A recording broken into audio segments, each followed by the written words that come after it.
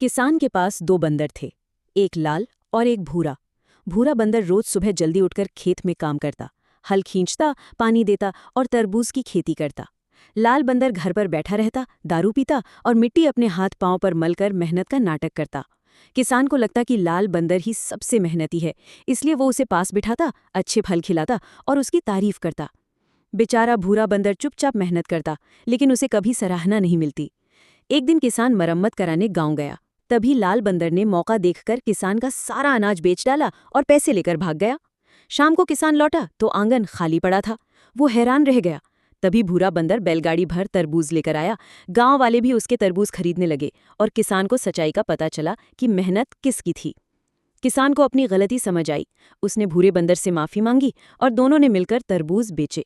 धीरे धीरे खेत समृद्ध हुआ और किसान ने तय किया कि अब वो सिर्फ दिखावे पर नहीं, सच्ची मेहनत पर भरोसा करेगा।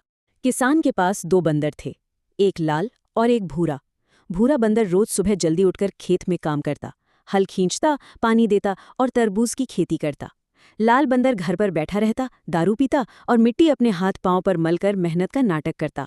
किसान को लगता कि लाल बंदर ही सबसे मेहनती है, इसलिए वो उसे पास बिठाता, अच्छे फल खिलाता और उसकी तारीफ करता। बेचारा भूरा बंदर चुपचाप मेहनत करता, लेकिन उसे कभी सराहना नहीं मिलती। एक दिन किसान मरम्मत कराने गांव गया। तभी लाल बंदर ने मौका देखकर किसान का सारा अनाज बेच डाला और पैसे लेकर भाग गया। शाम को किसान लौटा तो आंगन खाली पड़ा था। वो हैरान रह गया। तभी भूरा बंदर बैलगाड़ी भर तरबूज लेकर आया। गांव वाले भी उसके तरबूज खरीदने लगे और किसान को सच्चाई का पता चला कि मेहनत किसकी थी। किसान को अपनी गलती समझ आई। उसने भूरे बंदर से माफी मांगी और दोनों ने मिलकर तरबूज बेचे। धीरे धीरे खेत समृद्ध हुआ और किसान ने तय किया कि अब वो सिर्फ दिखावे पर नहीं, सच्ची मेहनत पर भरोसा करेगा।